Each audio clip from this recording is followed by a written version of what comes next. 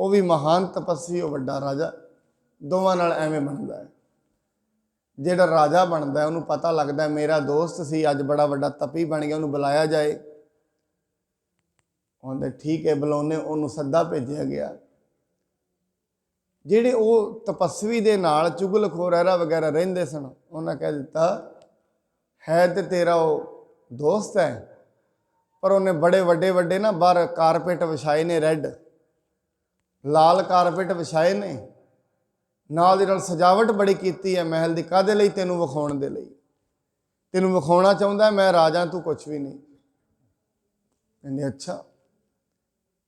कहंदा कोई नहीं, उहदे कारपेट ते मैं चंगी तरह ठीक करांगा। फिर बाहर राह दे विच आउंदियां आउंदियां लत्तां नूं गारे नाल लवेड़ लिया, कपड़े लवेड़ लए, जिन्ने कारपेट विछे होए सी सारे गंदे कर दिते। उहदा दोस्त वेख के बड़ा हैरान होया, गल की है? बाहर बारिश भी नहीं पई, ये मैला किवें हो गया? उहनूं अंदर लै गया। अंदर लै के पुछ पड़ताल करदा है, कोई बारिश भी नहीं पई, कोई चिक्कड़ भी नहीं होया, तो मैला किवें हो गया? कहंदा मैं नहीं सी मैला होना, मैं तो तेरे हंकार नूं तोड़न वास्ते मैला होया। कहंदा क्यों? कहंदे मैनूं पता लग्या सी तूं मैनूं विखाण वास्ते आ वड्डे वड्डे महंगे गलीचे विछाए ने, मैं तो मैले करने सी। वो हस पिया। कहंदे मैं तो सोचदा सी तूं बड़ी अगे लंघ गया है, पर याद रख जे जिथे असीं स्कूल च खड़े सी उत्थे ही खड़े हाँ, ना तैनूं कुछ मिलिया ते ना मैनूं कुछ मिलिया। मैं तो सोचता सी तू तपस्या कर करके बड़ी अगे रब दी जगह ते पहुँच गया होएगा। कहते तैनूं भी कुछ नहीं मिलिया, ना मैनूं कुछ मिलिया, तू भी उत्थे ही है। हजे तई तू हंकार दे विच है, हजे तई ईरखा विच है, हजे तई गर्भ दे विच है। इन्नी तपस्या करके भी हंकार नहीं गया, इन्नी तपस्या करन दे नाल भी ईरखा नहीं गई। आंदे फिर असीं दोवें इक्को थां खड़े हैं, दोवां विच कोई फर्क नहीं। इस करके मनुख तप ते कर लैंदा है, पर तप करन दे नाल विच हंकार आ जांदा है। हुण तप दा फल ते मिलेगा। तप दा फल की हुंदा है? नरक ते स्वर्ग, नरक स्वर्ग फिर अवतार।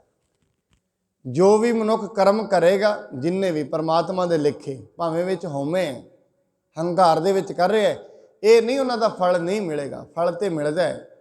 की फल मिलेगा? सुख मिल जाणगे, दुख। जिन्ने भी कर्म करांगे उन्हां नाल सुख मिल जाणगे, मुक्ति नहीं मिलेगी। सुखां दी ते प्राप्ति हो जाएगी, शांति की प्राप्ति नहीं होनी।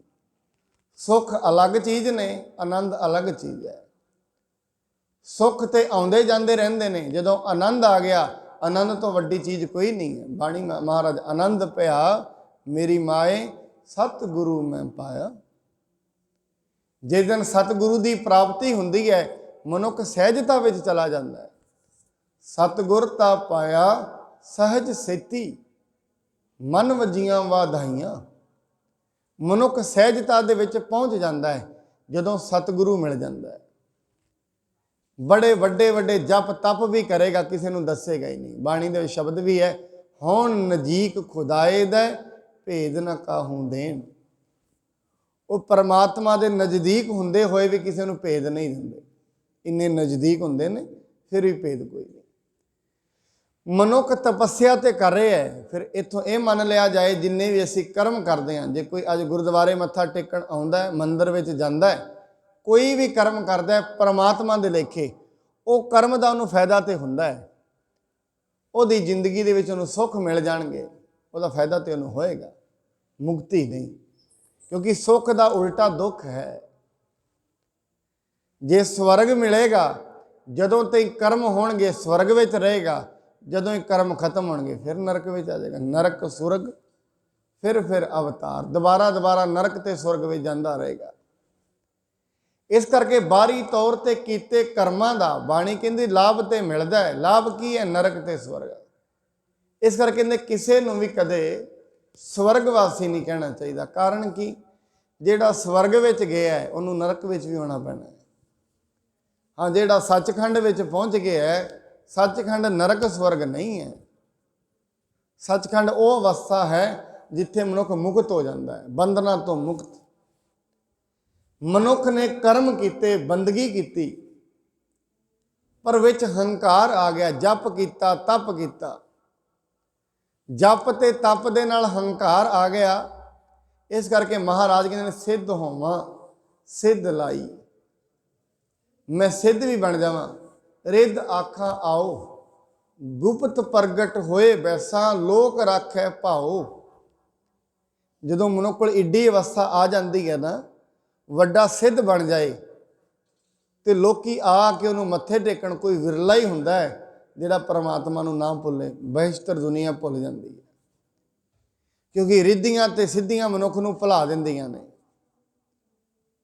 गुप्त प्रगट होए वैसा लोक राखै भाओ, मत देख भुला विसरै, तेरा चित्त न आवे नाओ। परमात्मा ऐसा ना होए, ये चीज़ां मेरे मन नूं डुला देन और मैं तेनू भुल जावां। फिर ये गल याद रखना साध संगत, जिन्नी भी असी सेवावां कर रहे हैं, मनुख जिन्नी भी सेवा करदा है, जिन्नी भी घालना घालदा है, परमात्मा दे अर्थ उहदा लाभ ते उहनूं मिलदा है। लाभ की मिलेगा? उसनूं कोई ना कोई सुख की प्राप्ति हो जाएगी, जो भी वो चाहुंदा है। ਜਿਹੜੇ भी सुख नूं चाहुंदा है वो सुख नूं मिल जाएगा। पर याद रखना, सुख मिलते जाएगा, जदों सिख मिल जाता है मनुख फिर कर्म छड़ दिंदा है। फिर जिन्ना चਿਰ ਤਾਈਂ ਉਹ कर्म के हिसाब नाल सुख लिखिया है ਉਹਨੂੰ ਭੋਗਦਾ है, ਭੋਗਣ तो बाद फिर दुख आ जाते हैं। ਐਵੇਂ ਮਨੁੱਖ ਜਦੋਂ शुरू ਦੇ ਵਿੱਚ कोई कर्म करना होए, रब तो कुछ लेना होए, बार बार गुरुद्वारे आउंदा है, अरदास कराउंदा है, थोड़े दिन आउंदा भी है, जदों काम मिल जाता है फिर आउणा बंद कर दिंदा है। ਉਹਦੇ ਨਾਲ ਕੀ ਹੁੰਦਾ है, जदों तईं ਉਹ जिन्ने क कर्म ने सुख मिलेगा, उस तो बाद दुख हो जाएगा, फिर आउणा शुरू कर देगा। इस करके सुख ते दुख का चक्कर चलता ही रहता है। और एक कादे नाल? कर्मां दे नाल। जिवें जिवें मनुख कर्म करी जाएगा, सुख दुख चलते रहेंगे। हाँ, बार बार बंदगी करन दे नाल मनुख इन्नी अगे पहुँच गया, हौली हौली ये सुख ते दुख का गेड़ा मुक ही जाएगा। दुख रोग संताप उतरे, सुनी सच्ची बाणी, इसनूं फिर समझ आ जानी है, सुख ते दुख जिंदगी के हिस्से ने, इनूं पता लग जाना। ये तो चलणगे चलणगे, कोई ऐसा मनुख नहीं होया। ये धरती ते असीं बैठे हाँ, इत्थे दिन भी है, इत्थे रात भी है। इस धरती ते बैठे हाँ, इत्थे 6 रुत्तां आउंदियां ने, कदे ठंड आउंदी है, कदे गर्मी आउंदी है, कदे बसंत आउंदी है। ये रुत्तां आउंदियां रहिंदियां ने। मनुख दी जिंदगी दे विच भी सवेरे कोई होर रुत हुंदी है, शाम नूं कोई होर हुंदी है। सवेरे सुखी हुंदा है, शामी दुखी हुंदा है। सवेरे शांत हुंदा है, शाम नूं क्रोध विच हुंदा है। ये रोज़ हुंदा है मनुख दे नाल। एक अवस्था दे विच मनुख कदे नहीं रहिंदा। इनूं बाणी भी कहंदी, कबहू जियड़ा ऊब चढ़त है, कबहू जाए प्याले, लोभी जियड़ा थिर ना रहत है, चारे कुंडा पाले। मनुख सवेरे सुखी हुंदा है, सवेरे शांत हुंदा है। दिन दे विच किसी नाल ऐसी डीलिंग कीती, क्योंकि इन्ना अंदर समर्था नहीं है, क्रोध आ गया। तो क्रोध आना भी एक दुख है। क्रोध विच मनुख सड़दा है। लोभ अंदर चल पिया, लोभ भी एक दुख है। तृष्णा दी अगन है, तृष्णा भी एक दुख है।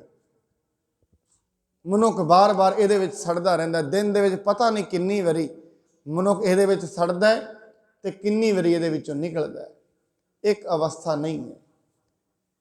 इस करके महाराज जी कहते, अनक तपस्या करे अहंकार, नरक सुरग फिर अवतार, अनक जतन कर आत्म नहीं द्रवै, हर दरगाह को कैसे गवै।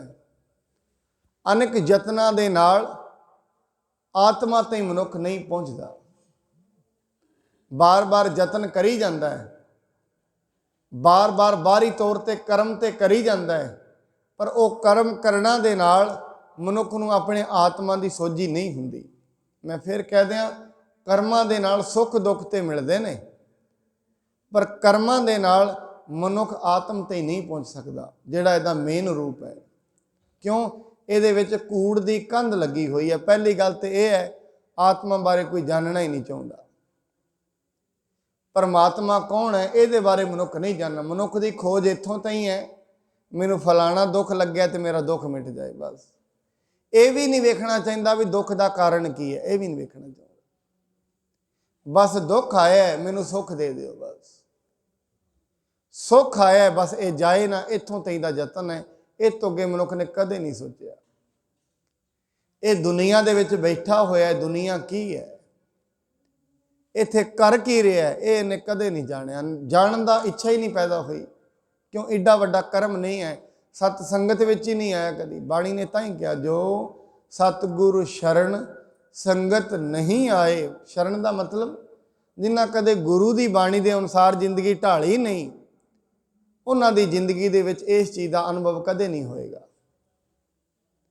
ਫਿਰ ਦਿਨ ਤੇ ਰਾਤ ਸੁੱਖ ਦੁੱਖ ਤੇ ਚੱਲਦੇ ਰਹਿਣਗੇ, ਪਰ ਜ਼ਿੰਦਗੀ ਦੇ ਵਿੱਚ ਆਨੰਦ ਦੀ ਅਵਸਥਾ ਕਦੇ ਨਹੀਂ ਆਏਗੀ।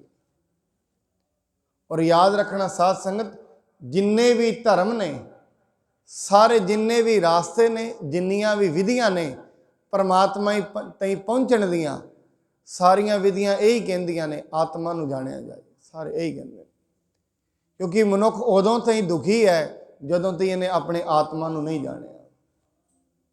ਹਲੇ ਤਾਈਂ ਮੈਂ ਕਈ ਵਾਰੀ ਬੇਨਤੀ ਕੀਤੀ, ਮਨੁੱਖ ਆਪਣੇ ਆਪ ਨੂੰ ਕਹੀ ਜਾਂਦਾ ਮੈਂ ਫਲਾਣਾ ਸਿੰਘ ਆ ਤੇ ਫਲਾਣਾ ਕੌਰ ਆ। ਨਹੀਂ, ਇਹ ਜਿਹੜਾ ਕਹਿੰਦਾ ਨਾ ਮੈਂ ਹਾਂ, ਇਹ ਆਵਾਜ਼ ਤੇ ਆਤਮਾ ਦੀ ਹੈ, ਇਹ ਵੀ ਮੈਂ, ਪਰ ਇਹ ਵਿਸ਼ੇਸ਼ ਰੂਪ ਵਿੱਚ ਨਹੀਂ ਹੈ। ਹੈ ਤੇ ਆਤਮਾ ਹੀ ਬੋਲਦੀ ਅੰਦਰੋਂ, ਜਿਹਨੂੰ ਬਾਣੀ ਕਹਿੰਦੇ ਬਾਬਾ ਬੋਲਤੇ ਥੇ ਕਹਾਂ ਗਏ ਦੇਹੀ ਕੇ ਸੰਗ ਰਹਤੇ। ਆ ਜਿਹੜੀ ਮੈਂ ਬੋਲ ਰਹੀ ਹੈ ਅੰਦਰੋਂ, ਹੈ ਤੇ ਆਤਮਾ ਹੀ ਹੈ, ਪਰ ਇਹਦੀ ਸਮਝ ਨਹੀਂ ਹੈ ਮਨੁੱਖ ਨੂੰ। ਕਿਉਂ? ਕਿਉਂਕਿ ਇਹਦੇ ਵਿੱਚ ਕਈ ਝੂਠ ਦੀਆਂ ਦੀਵਾਰਾਂ ਛੁਪੀਆਂ ਹੋਈਆਂ ਨੇ, ਕਈ ਬੰਧਨ ਨੇ। ਔਰ ਬੰਧਨ ਅੱਜ ਦੇ ਨਹੀਂ ਹਨ, ਕਰੋੜਾਂ ਹੀ ਜਨਮਾਂ ਦੇ ਨੇ। ਕਰੋੜਾਂ ਹੀ ਜਨਮ ਹੋ ਗਏ ਨੇ, ਮਨੁੱਖ ਇਵੇਂ ਤੁਰਿਆ ਫਿਰਦਾ। ਪਰ ਮਨੁੱਖ ਨੂੰ ਸਿਰਫ ਇੰਨਾ ਪਤਾ ਹੈ, ਇੰਨਾ ਇਹਨੇ ਪੱਕਾ ਕਰ ਲਿਆ, ਮੈਂ ਫਲਾਣਾ ਹਾਂ ਤੇ ਇੱਥੇ ਰਹਿੰਦਾ ਬਸ। ਜੇ ਕੋਈ ਤਰੌੜੀ ਦੇ ਵਿੱਚ ਪੈਦਾ ਹੋਇਆ, ਬਸ ਤਰੌੜੀ ਤੇ ਹੀ ਰੁਕ ਗਿਆ। ਇਸ ਤੋਂ ਪਹਿਲਾਂ ਸਰੀਰ ਕਿੱਥੇ ਸੀ ਇਹ ਨਹੀਂ ਪਤਾ। ਜੇ ਕੋਈ ਇਸ ਦੇਸ਼ ਦੇ ਵਿੱਚ ਜਨਮ ਹੋਇਆ, ਇਸ ਦੇਸ਼ ਤੇ ਹੀ ਰੁਕ ਗਿਆ, ਬਸ ਪਿੱਛੇ ਗਿਆ ਹੀ ਨਹੀਂ। ਮੈਂ ਬੜੀ ਵਾਰੀ ਬੇਨਤੀ ਕੀਤੀ, ਮਨੁੱਖ ਨੂੰ ਦੋ ਚੀਜ਼ਾਂ ਪਤਾ ਲੱਗਣੀਆਂ ਚਾਹੀਦੀਆਂ ਨੇ, ਜਾਂ ਤੇ ਉਹਨੂੰ ਆਪਣਾ ਪਿਛੋਕੜ ਪਤਾ ਲੱਗ ਜਾਏ, ਜਾਂ ਅੱਗੇ ਉਹਦੇ ਨਾਲ ਜੋ ਹੋਣਾ ਉਹ ਪਤਾ ਲੱਗ ਜਾਏ। ਮਨੁੱਖ ਇੱਕਦਮ ਹੀ ਬਦਲ ਜਾਏਗਾ, ਇੱਕਦਮ ਬਦਲ ਜਾਂਦਾ ਹੈ। ਜਾਂ ਤੇ ਉਹਨੂੰ ਇਹ ਪਤਾ ਲੱਗ ਜਾਏ ਪਿੱਛੋਂ ਉਹ ਕਿੱਥੋਂ ਆਇਆ ਹੈ, ਇਹ ਪਤਾ ਲੱਗ ਜਾਏ। ਸਰੀਰ ਦਾ ਤੇ ਪਤਾ ਹੈ, ਮਾਤਾ ਪਿਤਾ ਤੋਂ ਪੈਦਾ ਹੋਇਆ ਹੈ। ਇਹ ਅੰਦਰ ਜਿਹੜਾ ਬੋਲ ਰਿਹਾ ਹੈ ਇਹ ਕੌਣ ਹੈ, ਆਪਣਾ ਅਸਲੀ ਰੂਪ, ਇਹ ਮਨੁੱਖ ਨੂੰ ਨਹੀਂ ਪਤਾ। ਕਿਉਂ? ਇਹ ਸਾਧਨਾ ਦਾ ਵਿਸ਼ਾ ਹੈ। ਉੱਤੋਂ ਕਰਮਾਂ ਦੇ ਨਾਲ ਸੁੱਖ ਦੁੱਖ ਇਹਨੂੰ ਮਿਲ ਹੀ ਜਾਂਦੇ ਨੇ। ਇਹਦੇ ਬਾਰੇ ਜੇ ਪਤਾ ਕਰਨਾ ਹੈ, ਫਿਰ ਮਨੁੱਖ ਨੂੰ ਘਾਲਣੀ ਪੈਂਦੀ ਹੈ। ਜਿਨੀ ਨਾਮ ਧਿਆਇਆ ਗਏ ਮਸ਼ੱਕਤ ਕਾਲ। ਮਨੁੱਖ ਨੂੰ ਮਿਹਨਤ ਕਰਨੀ ਪੈਂਦੀ ਹੈ ਆਪਣੀ ਆਤਮਾ ਨੂੰ ਜਾਣਨ ਬਾਰੇ। ਪਰ ਮਨੁੱਖ ਦੀ ਇੱਥੋਂ ਤਾਈਂ ਦੀ ਪਹੁੰਚ ਨਹੀਂ ਹੈ। ਮਨੁੱਖ ਮੋਹ ਦੇ ਵਿੱਚ ਜਕੜਿਆ ਹੋਇਆ ਹੈ, ਤੇ ਮੋਹ ਦੇ ਵਿੱਚ ਜਕੜਿਆ ਹੋਇਆ ਕਦੇ ਆਪਣੇ ਲਈ ਸੁੱਖ ਮੰਗਦਾ ਹੈ, ਕਦੇ ਪਰਿਵਾਰ ਲਈ ਨਾ ਮੰਗਦਾ, ਬਸ ਇੱਥੋਂ ਤੇ ਖੜਾ ਹੈ। ਪਰ ਉਹਨੂੰ ਇਹ ਨਹੀਂ ਪਤਾ, ਜੋ ਵੀ ਸੁੱਖ ਦੁੱਖ ਪਰਮਾਤਮਾ ਨੇ ਦੇਣੇ ਨੇ, ਉਹਨਾਂ ਦੇ ਕਰਮਾਂ ਦੇ ਹਿਸਾਬ ਨਾਲ ਸਭ ਨੂੰ ਦੇਣੇ ਹੀ ਦੇਣੇ ਨੇ। ਮਨੁੱਖ ਰੋਕ ਨਹੀਂ ਪਾਏਗਾ। ਜੈਸੇ ਜੈਸੇ ਜਿਹਦੇ ਕਰਮ ਨੇ, ਉਹ ਕਰਮਾਂ ਦਾ ਨਿਬੇੜਾ ਉਹਦੇ ਨਾਲ ਹੋਣਾ ਹੀ ਹੋਣਾ। ਇੱਥੇ ਵੀ ਹੋਣਾ, ਅੱਗੇ ਵੀ ਹੋਣਾ। ਇੱਥੇ ਵੀ ਨਿਬੇੜਾ ਹੋ ਰਿਹਾ ਹੈ, ਦਿਨ ਪ੍ਰਤੀ ਦਿਨ ਨਿਬੇੜਾ ਆਪਣੇ ਆਪ ਹੀ ਵਿਧਾ ਬਣਦੀਆਂ ਰਹਿੰਦੀਆਂ ਨੇ। ਕਰਮ ਚੰਗੇ ਨੇ, ਵਿਧ ਆਪਣੇ ਆਪ ਹੀ ਬਣਦੀ ਰਹਿੰਦੀ ਹੈ।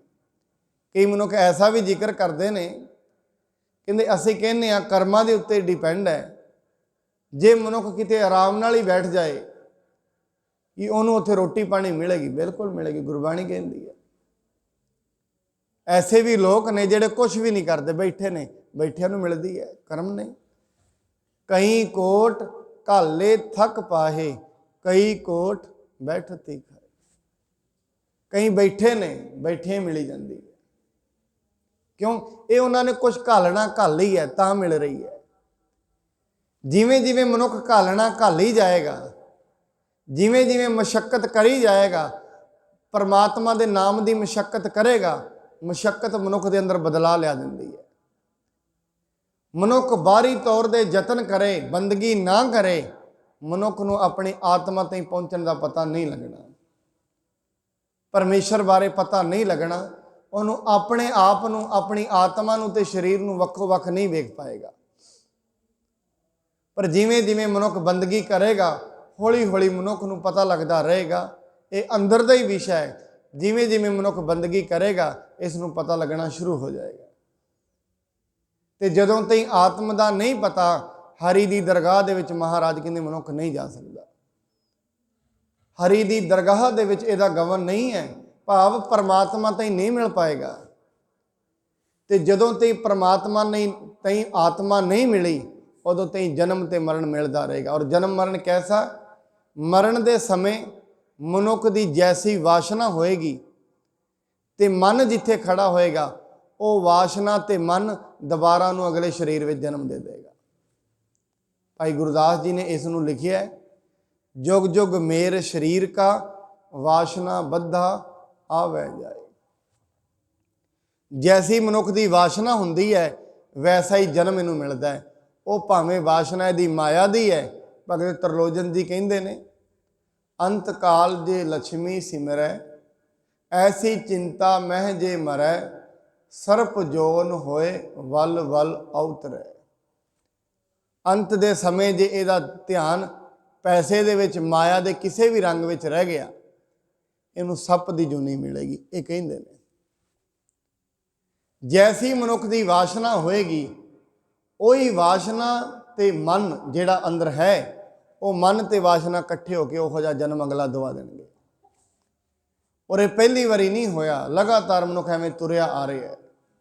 ਬਾਣੀ ਕਹਿੰਦੀ ਹੈ, ਬੜੇ ਵਾਰੀ ਵਾਸ਼ਨਾ ਦੇ ਹਿਸਾਬ ਨਾਲ ਤੂੰ ਕੀਟ ਬਣਿਆ, ਪਤੰਗਾ ਬਣਿਆ। ਕਈ ਜਨਮ ਭਏ ਕੀਟ ਪਤੰਗਾ, ਕਈ ਜਨਮ ਗਜ ਮੀਨ ਕਰੰਗਾ, ਕਈ ਜਨਮ ਪੰਖੀ ਸਰਪ ਹੋਇਓ। ਕਈ ਵਾਰੀ ਪੰਛੀ ਬਣਿਆ, ਕਈ ਵਾਰੀ ਹਾਥੀ ਬਣਿਆ। ਕੀ ਉਹੋ ਜਿਹੀ ਮਨੁੱਖ ਦੇ ਅੰਦਰ ਵਾਸ਼ਨਾ ਸੀ। ਹੌਲੀ ਹੌਲੀ ਮਨੁੱਖ ਨੂੰ ਮਨੁੱਖ ਦਾ ਜਨਮ ਮਿਲਿਆ।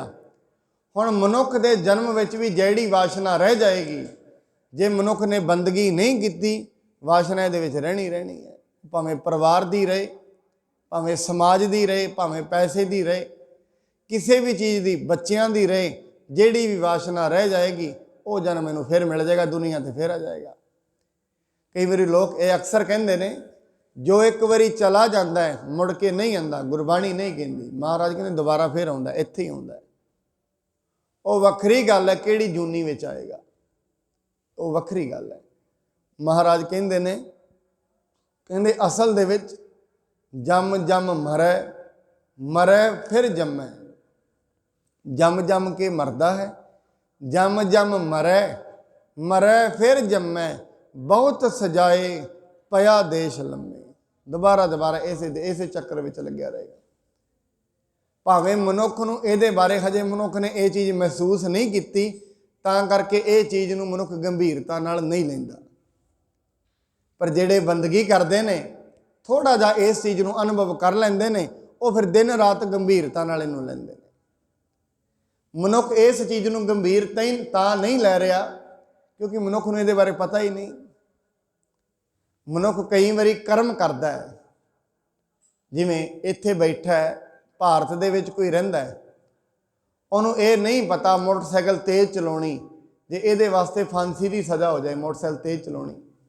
ਮਨੁੱਖ ਨੂੰ ਪਤਾ ਨਾ ਹੋਏ, ਨਾ ਪਤਾ ਹੁੰਦਿਆਂ ਤੇ ਭਜਾ ਲਏਗਾ। ਜੇ ਉਸ ਨੂੰ ਪਤਾ ਲੱਗ ਜਾਏ ਮੋਟਰਸਾਈਕਲ ਤੇਜ਼ ਚਲਾਉਣ ਦੇ ਨਾਲ ਸਜ਼ਾ ਬੜੀ ਤਕੜੀ ਹੈ, ਮੋਟਰਸਾਈਕਲ ਕਦੀ ਵੀ ਤੇਜ਼ ਨਹੀਂ ਚਲਾਏਗਾ। ਪਤਾ ਲੱਗ ਜਾਏ, ਸਜ਼ਾ ਦਾ ਪਤਾ ਲੱਗ ਜਾਏ। ਤਾਂ ਹੀ ਤੇ ਭਗਤ ਕਬੀਰ ਸਾਹਿਬ ਜੀ ਵੀ ਕਹਿੰਦੇ ਨੇ, ਆਗੈ ਜਮ ਦਲ ਬਿਖਮ ਕਣਾ, ਰਾਮ ਨਾਮਾ ਉਚਰ ਮਨਾ। ਇਹ ਮੇਰੇ ਮਨ, ਜਿਨ੍ਹਾਂ ਨੇ ਇਹ ਅੱਗੇ ਵੇਖ ਲਿਆ, ਜਿਨ੍ਹਾਂ ਨੂੰ ਅੱਗੇ ਦਾ ਅਨੁਭਵ ਹੋ ਗਿਆ, ਉਹ ਕਹਿੰਦੇ ਅੱਗੇ ਜਮਾਂ ਦਾ ਦਲ ਬੜਾ ਬਿਖਮ ਹੈ। ਰੱਬ ਦਾ ਨਾਮ ਉਚਰ, ਬਾਰ ਬਾਰ ਉਚਰ, ਬਾਰ ਬਾਰ ਗੋਬਿੰਦ ਦਾ ਨਾਮ ਧਿਆ। ਕਿਉਂ? ਅੱਗੇ ਜਮਾਂ ਦਾ ਘੇਰਾ ਬੜਾ ਤਕੜਾ ਹੈ। ਜਮਾਂ ਨੇ ਤੇਰੇ ਤੋਂ, ਜਿਹੜਾ ਜਮ ਰਾਜਾ ਹੈ, ਉਹ ਤੇਰੇ ਸਵਾਸਾਂ ਨੂੰ ਗਿਣ ਰਿਹਾ ਹੈ। ਗਣੰਤ ਸਵਾਸਾ ਭਿਆਨ ਧਰਮੰ, ਭਿਆਨਕ ਧਰਮ ਰਾਜ ਤੇਰੇ ਸਵਾਸਾਂ ਨੂੰ ਗਿਣ ਰਿਹਾ ਹੈ। ਸ਼ਲੋਕ ਸੰਸਕ੍ਰਿਤੀ 'ਚ ਮਹਾਰਾਜ ਕਹਿੰਦੇ ਨੇ। ਇਸ ਕਰਕੇ ਮਨੁੱਖ ਨੂੰ ਜਦੋਂ ਪਤਾ ਲੱਗ ਜਾਏ, ਥੋੜਾ ਬੰਦਗੀ ਕਰੇਗਾ, ਜੇ ਇਸ ਨੂੰ ਪਤਾ ਲੱਗ ਗਿਆ ਅੱਗੇ ਇਹਦੇ ਨਾਲ ਬਹੁਤ ਕੁਝ ਮਾੜਾ ਬਣਨਾ ਹੈ, ਤੇ ਬਹੁਤ ਕੁਝ ਮਾੜਾ ਪਹਿਲਾਂ ਬਣਿਆ, ਫਿਰ ਮਨੁੱਖ ਨਾਮ ਦਾ ਖਹਿੜਾ ਨਹੀਂ ਛੱਡੇਗਾ। ਹਜੇ ਇਸ ਨੂੰ ਪਤਾ ਨਹੀਂ, ਅਚੇਤ ਹੈ। ਜਿਵੇਂ ਕਿ ਬੱਚਾ ਅਚੇਤ ਹੁੰਦਾ ਹੈ ਨਾ, ਬੱਚੇ ਨੂੰ ਨਹੀਂ ਪਤਾ ਜ਼ਹਿਰ ਕਿਹੜਾ ਹੁੰਦਾ ਹੈ, ਠੰਡਾ ਕਿਹੜਾ ਹੁੰਦਾ ਹੈ, ਜੋ ਮਰਜ਼ੀ ਪੀ ਸਕਦਾ ਹੈ। ਇਸ ਕਰਕੇ ਮਹਾਰਾਜ ਬਾਣੀ ਦੇ ਵਿੱਚ ਕਹਿੰਦੇ ਨੇ, ਜਦੋਂ ਤਾਈਂ ਮਨੁੱਖ ਅਚੇਤ ਹੁੰਦਾ ਹੈ ਨਾ, ਉਦੋਂ ਤਾਈਂ ਨਿੰਦਾ ਤੇ ਚੁਗਲੀ ਨੂੰ ਬੜਾ ਮਿੱਠਾ ਕਰ ਕਰਕੇ ਖਾਂਦਾ ਹੈ। ਮਹਾਰਾਜ ਕਹਿੰਦੇ ਨੇ, ਅੰਮ੍ਰਿਤ ਕੌੜਾ ਵਿਖਿਆ ਮੀਠੀ, ਸਾਕਤ ਕੀ ਬਿਦ ਨੈਣ ਹੋਂ ਡੀਠੀ। ਉਸ ਮਨੁੱਖ ਦੀ ਪਹਿਚਾਣ ਇਹ ਹੈ, ਜਿਹੜਾ ਮਨੁੱਖ ਹਜੇ ਪਰਮਾਤਮਾ ਤਾਈਂ ਨਹੀਂ ਜਾਣ ਸਕਿਆ ਉਹਦੇ ਬਾਰੇ, ਉਹਦੀ ਇੱਕ ਪਹਿਚਾਣ ਹੈ, ਉਹ ਨਿੰਦਾ ਤੇ ਚੁਗਲੀ ਨੂੰ ਬੜਾ ਮਿੱਠਾ ਕਰ ਕਰਕੇ ਬੋਲੇਗਾ। ਉਹਦੀ ਇਹ ਪਹਿਚਾਣ ਹੈ, ਬਾਣੀ ਦੇ ਵਿੱਚ ਇਹ ਪਹਿਚਾਣ ਦੱਸੀ ਗਈ ਹੈ। ਇਸ ਕਰਕੇ ਮਹਾਰਾਜ ਕਹਿੰਦੇ ਨੇ, ਆਪਣੀ ਜ਼ਿੰਦਗੀ ਦੇ ਵਿੱਚ ਤੂੰ ਸਮਝਣਾ ਕਰ, ਜ਼ਿੰਦਗੀ ਕਿਉਂ ਮਿਲੀ ਹੈ, ਕਿਸ ਲਈ ਮਿਲੀ ਹੈ, ਇਹ ਸਮਝ। ਜਿਸ ਦਿਨ ਇਹ ਪਤਾ ਲੱਗ ਗਿਆ ਜ਼ਿੰਦਗੀ ਕਿਉਂ ਮਿਲੀ ਹੈ, ਕਿਸ ਲਈ ਮਿਲੀ ਹੈ, ਉਸ ਦਿਨ ਇਹਦਾ ਸਹੀ ਉਪਯੋਗ ਮਨੁੱਖ ਕਰ ਪਾਏਗਾ। ਉਸ ਤੋਂ ਪਹਿਲਾਂ ਇਹਦਾ ਸਹੀ ਉਪਯੋਗ ਨਹੀਂ ਹੋਣਾ। ਜਿਵੇਂ ਮਹਾਰਾਜ ਜੀ ਕਹਿੰਦੇ ਨੇ, ਭਈ ਪ੍ਰਾਪਤ ਮਾਨੁਖ ਦੇ ਹੋਰੀਆ, ਗੋਬਿੰਦ ਮਿਲਨ ਕੀ ਇਹ ਤੇਰੀ ਬਰੀਆ। ਇਹ ਕੰਮ ਇਹਦੇ ਵਾਸਤੇ ਮਿਲੀ ਹੈ। ਮੈਨੂੰ ਇੱਕ ਨਾ ਕਹਾਣੀ ਯਾਦ ਆਉਂਦੀ, ਸਾਧ ਸੰਗਤ, ਬੜੀ ਸੋਹਣੀ ਗਾਥਾ ਹੈ। ਕਹਿੰਦੇ ਇੱਕ ਵਾਰ ਨਾ 4 ਭਿਕਸ਼ੂ ਜਾ ਰਹੇ ਸੀ ਅੰਧੇਰੇ ਦੇ ਵਿੱਚ। ਅੰਧੇਰੇ ਦੇ ਵਿੱਚ ਜਾਂਦਿਆਂ ਉਹਨਾਂ ਨੂੰ ਅੰਧੇਰੇ ਦੇ ਵਿੱਚੋਂ ਆਵਾਜ਼ ਆਈ, ਕਹਿੰਦੇ ਝੁਕ ਜਾਓ। ਝੁਕ ਗਏ। ਕਹਿੰਦੇ ਥੱਲੇ ਜਿਹੜੇ ਵੀ ਪੱਥਰ ਪਏ ਨੇ ਇਹਨਾਂ ਨੂੰ ਚੁੱਕੋ ਤੇ ਆਪਣੀਆਂ ਜੇਬਾਂ 'ਚ ਪਾ ਲਓ। ਅੰਧੇਰਾ ਸੀ, ਪਾ ਲਏ ਉਹਨਾਂ ਨੂੰ ਨਹੀਂ ਪਤਾ ਹੈ ਪੱਥਰ ਹਨ। ਚੱਲ ਪਏ। ਆਵਾਜ਼ ਆਈ, ਜਦੋਂ ਦਿਨ ਚੜ੍ਹੇਗਾ ਤੁਸੀਂ ਸੁਖੀ ਵੀ ਹੋਵੋਗੇ ਤੇ ਦੁਖੀ ਵੀ ਹੋਵੋਗੇ। ਆਵਾਜ਼ ਇਹ ਆਈ, ਜਦੋਂ ਦਿਨ ਚੜ੍ਹੇਗਾ, ਜਦੋਂ ਚਾਨਣਾ ਹੋਏਗਾ, ਤੁਸੀਂ ਸੁਖੀ ਵੀ ਹੋਵੋਗੇ ਤੇ ਦੁਖੀ ਵੀ ਹੋਵੋਗੇ। ਇਹ ਕੀ ਕਾਰਨ, ਸੁੱਖ ਵੀ ਤੇ ਦੁੱਖ ਵੀ। ਚਾਨਣ ਹੋਇਆ, ਉਹਨਾਂ ਆਪਣੀ ਜੇਬਾਂ 'ਚੋਂ ਪੱਥਰ ਬਾਹਰ ਕੱਢੇ, ਵੇਖਿਆ ਪੱਥਰ ਨਹੀਂ, ਹੀਰੇ ਸਨ। ਹੁਣ ਖੁਸ਼ੀ ਤੇ ਇਸ ਗੱਲ ਦੀ ਹੈ, ਹੀਰੇ ਮਿਲ ਗਏ ਨੇ। ਦੁੱਖ ਇਸ ਗੱਲ ਦਾ, ਹੋਰ ਕਿਉਂ ਨਹੀਂ ਲੈ ਸਕੇ, ਹੋਰ ਭਰ ਲੈਂਦੇ। ਪਏ ਸਾਡੇ ਤੇ ਪੈਰਾਂ ਵਿੱਚ ਸੀ।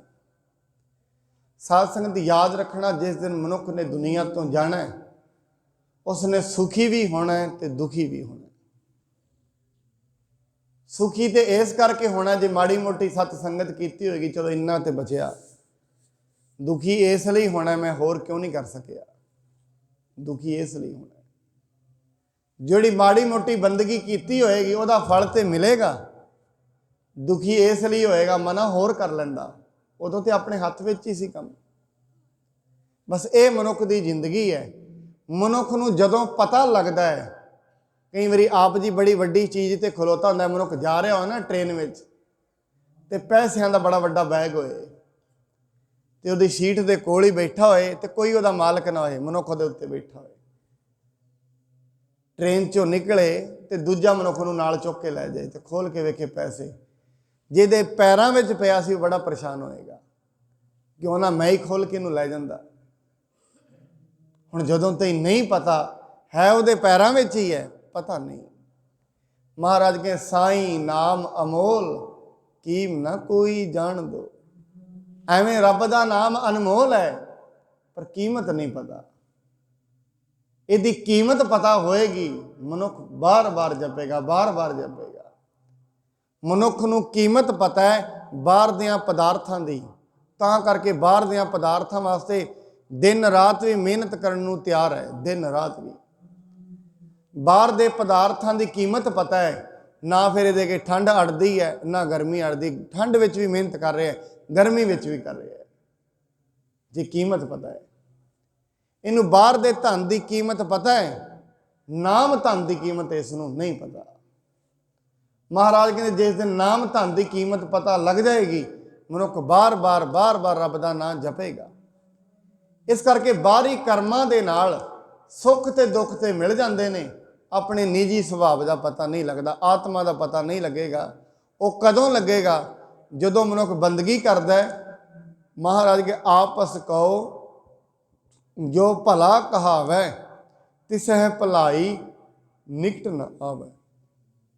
ਜਿਹੜਾ ਆਪਣੇ ਆਪ ਨੂੰ ਭਲਾ ਕਹਾਉਂਦਾ ਹੈ, ਆਪਣੇ ਆਪ ਨੂੰ ਬਹੁਤ ਵਧੀਆ ਕਰਮ ਕਰਨ ਵਾਲਾ ਕਹਾਉਂਦਾ ਹੈ, ਸਮਝੋ ਉਹਦੇ ਕੋਲ ਤੇ ਭਲਾਈ ਹਜੇ ਤੇ ਨਹੀਂ ਹੈ। ਆਪਸ ਕਹੋ ਜੋ ਭਲਾ ਕਹਾਵੈ, ਤਿਸੈ ਭਲਾਈ ਨਿਕਟ ਨਾ ਆਵੈ। ਇੱਕ ਬੇਨਤੀ ਅਕਸਰ ਮੈਂ ਕੀਤੀ ਸਾਧ ਸੰਗਤ, ਜਿਹੜੇ ਭਲੇ ਹੁੰਦੇ ਨੇ ਉਹ ਆਪਣੇ ਆਪ ਨੂੰ ਹਮੇਸ਼ਾ ਬੁਰਾ ਹੀ ਕਹਿੰਦੇ ਨੇ। ਜਿਨ੍ਹਾਂ ਦੇ ਅੰਦਰ ਹਜੇ ਬੁਰਾ ਤਣ ਸੂਖਸ਼ਮ ਰੂਪ ਵਿੱਚ ਹੈ ਉਹ ਆਪਣੇ ਆਪ ਨੂੰ ਭਲਾ ਕਹਾਉਂਦੇ ਨੇ। ਇਹ ਦੁਨੀਆ ਦੀ ਰੀਤ ਹੈ। ਬਾਬਾ ਫਰੀਦ ਸਾਹਿਬ ਜੀ ਕਿੱਡੇ ਵੱਡੇ ਆਲਮ ਤੇ ਫਾਜ਼ਲ ਨੇ।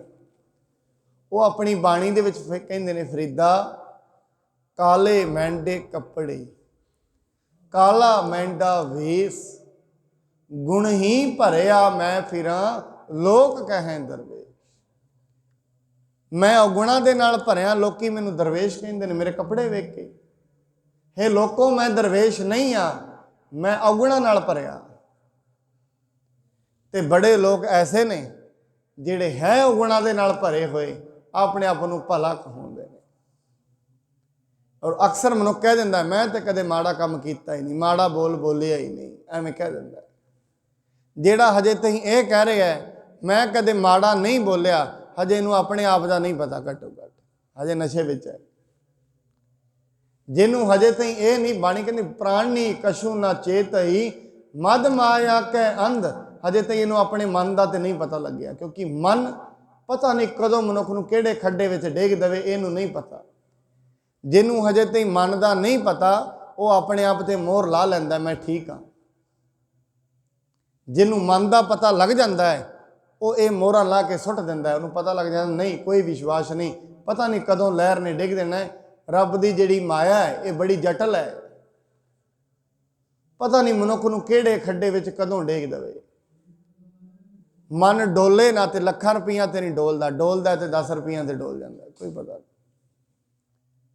ਡੋਲੇ ਨਾ ਤੇ ਬੜੇ ਸੁੰਦਰ ਰੂਪ ਤੇ ਨਹੀਂ ਡੋਲਦਾ, ਡੋਲਦਾ ਤੇ ਪਤਾ ਨਹੀਂ ਕਿੱਥੇ ਡੋਲ ਜਾਏ, ਕੋਈ ਪਤਾ ਨਹੀਂ। ਮਹਾਰਾਜ ਤਾਂ ਹੀ ਤੇ ਬਾਣੀ ਵਿੱਚ ਅਰਦਾਸ ਕਰਦੇ ਨੇ, ਡੰਡੌਤ ਬੰਧਨ ਅਨੇਕ ਬਾਰ, ਸਰਬ ਕਲਾ ਸਮਰੱਥ, ਡੋਲਨ ਤੇ ਰਾਖੋ ਪ੍ਰਭੂ, ਨਾਨਕ ਦੇ ਕਰ ਹੱਥ। ਹੈ ਪਰਮਾਤਮਾ, ਅਰਦਾਸ ਇਹੀ ਹੈ, ਮੈਨੂੰ ਡੋਲਣ ਤੋਂ ਬਚਾਈ। ਮੈਂ ਆਪਣੀ ਬੁੱਧੀ ਦੇ ਨਾਲ ਡੋਲਣ ਤੋਂ ਨਹੀਂ ਬਚ ਸਕਦਾ, ਕਿਉਂਕਿ ਜਿਹੜੀ ਤੇਰੀ ਮਾਇਆ ਬਣਾਈ ਹੋਈ ਹੈ ਬੜੀ ਜਟਲ ਹੈ। ਇਹਦੇ ਵਿੱਚ ਤੇ ਕੋਈ ਸੂਰਮਾ ਹੀ ਹੈ, ਜੇ ਤੇ ਇਹ ਕਿਰਪਾ ਹੋ ਜਾਏਗੀ ਤੇ ਬਚ ਜਾਏਗਾ, ਨਹੀਂ ਵੈਸੇ ਨਹੀਂ ਬਚ ਸਕਦਾ। ਇਸ ਕਰਕੇ ਅੰਤ ਦੀ ਪੰਕਤੀ ਦੇ ਵਿੱਚ ਮਹਾਰਾਜ ਕਹਿੰਦੇ ਨੇ, ਸਰਬ ਕੀ ਰੇਨ ਜਾ ਕਾ ਮਨ ਹੋਏ, ਕਹੋ ਨਾਨਕ ਤਾ ਕੀ ਨਿਰਮਲ ਸੋਏ।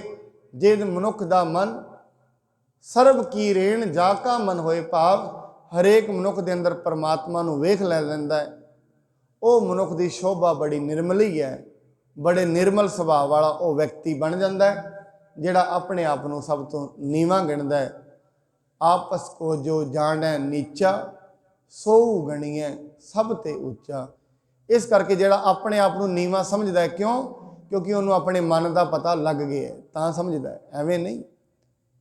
ਕਈ ਵਾਰੀ ਉੱਤੋਂ ਵੀ ਮਨੁੱਖ ਆਪਣੇ ਆਪ ਨੂੰ ਨੀਵਾਂ, ਜਿਵੇਂ ਸੱਜਣ ਠੱਗ ਦੇ ਕੋਲ ਗੁਰੂ ਨਾਨਕ ਸਾਹਿਬ ਗਏ। ਸੱਜਣ ਠੱਗ ਨੂੰ ਕਹਿੰਦੇ ਨੇ, ਸੱਜਣ ਤੇਰਾ ਨਾਮ ਕੀ ਹੈ? ਕਹਿੰਦਾ ਠੱਗ ਵੀ ਕਹਿੰਦੇ ਨੇ, ਇਹ ਬੋਲੀ ਤੇ ਠੱਗ ਵੀ ਬੋਲਦੇ, ਕਿਉਂਕਿ ਝੁਗਣ ਵਾਲਾ ਕੰਮ ਠੱਗ ਵੀ ਕਰ ਲੈਂਦੇ ਨੇ। ਮਹਾਰਾਜ ਆਸਾ ਦੀ ਵਾਰ ਵਿੱਚ ਕਹਿੰਦੇ ਨੇ, ਕਹਿੰਦੇ ਅਪਰਾਧੀ ਦੂਣਾ ਨਿਵੈ, ਜਿਉ ਹੰਤਾ ਮਿਰਗਾਹੇ। ਅਪਰਾਧੀ ਮਨੁੱਖ ਜ਼ਿਆਦਾ ਨਿਵਦਾ ਹੈ। ਕਈ ਵਾਰੀ ਮਨੁੱਖ ਬਾਹਰੋਂ ਨਿਵਰਿਆ ਹੁੰਦਾ ਹੈ, ਅੰਦਰੋਂ ਸਾਰਾ ਕੁਝ ਖੋਣਾ ਚਾਹੁੰਦਾ ਹੁੰਦਾ ਹੈ। ਮਹਾਰਾਜ ਸੱਜਣ ਠੱਗ ਦੇ ਕੋਲ, ਸੱਜਣ ਤੇਰਾ ਨਾਮ ਕੀ ਹੈ? ਕਹਿੰਦੇ ਨਾਮਾਂ ਵਿੱਚ ਕੀ ਰੱਖਿਆ ਮਹਾਰਾਜ? ਨਾਮ ਤੇ ਖਤਮ ਹੋ ਜਾਣੇ ਨੇ, ਨਾਮਾਂ ਵਿੱਚ ਕੀ ਰੱਖਿਆ? ਵੇਖੋ ਕਿਹੋ ਜਿਹੇ ਸ਼ਬਦ ਕਹਿ ਰਹੇ ਆ, ਵੱਡੇ ਵੱਡੇ ਬੋਲ। ਪਰ ਜਿਹੜੇ ਮਨੁੱਖ ਅਸਲ ਦੇ ਵਿੱਚ ਨੀਵੇਂ ਹੋ ਜਾਂਦੇ ਨੇ, ਅਸਲ ਦੇ ਵਿੱਚ ਆਪਣੇ ਆਪ ਨੂੰ ਨੀਵਾਂ ਸਮਝਦੇ ਨੇ, ਉਹਨਾਂ ਦੀ ਸੋਭਾ ਦੁਨੀਆ ਦੇ ਵਿੱਚ ਸਦਾ ਤੇ ਹੀ ਰਹਿੰਦੀ ਹੈ। ਲੋਕ ਉਹਨਾਂ ਦੀ ਪੂਜਾ ਕਰਦੇ ਨੇ, ਉਹਨਾਂ ਦੀ ਪ੍ਰਤਿਸ਼ਠਾ ਕਰਦੇ ਨੇ। ਦੇਖੋ ਸਾਧ ਸੰਗਤ, ਨੀਵੇਂ ਕਹਾਉਣ ਦੀ ਗੱਲ ਮਤਲਬ ਆਪਣੀ ਬੁੱਧੀ ਨੂੰ ਸਮਰਪਿਤ ਕਰ ਦੇਣਾ ਪਰਮਾਤਮਾ ਅੱਗੇ, ਕਹਿ ਦੇਣਾ ਮੈਂ ਕੁਛ ਵੀ ਨਹੀਂ, ਸਭ ਗੋਬਿੰਦ ਹੈ। ਜਿਵੇਂ ਗੁਰੂ ਰਾਮਦਾਸ ਜੀ ਮਹਾਰਾਜ, ਭਾਈ ਰਾਮਾ ਜੀ ਤੇ ਗੁਰੂ ਰਾਮਦਾਸ ਜੀ ਮਹਾਰਾਜ ਨੂੰ ਗੁਰੂ ਅਮਰਦਾਸ ਜੀ ਨੇ ਇਹ ਆਰਡਰ ਦਿੱਤਾ, ਥੜੇ ਬਣਾਓ। ਥੜੇ ਦੋਵੇਂ ਬਣਾ ਰਹੇ ਨੇ, 2 ਵਾਰੀ ਬਣਿਆ, ਤੀਜੀ ਵਾਰੀ ਤੇ ਭਾਈ ਰਾਮਾ ਕਹਿੰਦਾ ਮਹਾਰਾਜ ਇਸ ਤੋਂ ਵਧੀਆ ਥੜਾ ਬਣ ਹੀ ਨਹੀਂ ਸਕਦਾ। बुद्धि के उत्ते मान है। तुसीं बजुर्ग हो गए हो, तुहानू नहीं पता, तुसीं आप आदेश दे के भुल जाते हो। गुरु रामदास जी महाराज नूं कहा थड़ा, कहते वधिया नहीं बनया। गुरु अमरदास जी कहते हैं, गुरु रामदास जी नीवें होकर नाल ही चरणों में पै गए, महाराज मेरे अंदर इन्नी समर्था नहीं है मैं थड़ा बना सका और तुहाडे हिसाब का बना सका। मेरे सिर ते हाथ रखो, मैं तुहाडे हिसाब का थड़ा बना सका। ये निर्माणता की गल है। गुरु जी कृपा करन ऐसी निमरता जदों मनुख दे विच आ जाती है, मनुख नूं हरेक चीज़ की प्राप्ति हो जाती है। ऐसी निमरता दे विच मनुख नूं परमात्मा के विराट रूप का पता लग जाता है, वो किड्डा वड्डा है और मेरी बुद्धि किड्डी है। मनुख की औकात का मनुख नूं पता लग जाता है जदों मनुख परमात्मा की बंदगी करता है। गुरु जी कृपा करन निमरता दे विच रह के जिंदगी नूं सोहना सरल ਅਤੇ परमात्मा की दरगाह विच प्रवान होने वाला मनुख बना सके। इन्नियां बेनतियां प्रवान होई भुल चुक दे लई खिमा करनी। गुरु जी कृपा करन आप सब सतसंगियां ते मेहर भरिया हथ रखन। इसे तरीके नाल सत संगत विच आके गुरु साहब जी के महान बोलों की विचार की कथा श्रवण कर सको। घरां परिवारां विच सुख शांति इन्नियां बेनतियां प्रवान। वाहिगुरू जी का खालसा वाहिगुरू जी की फतेह।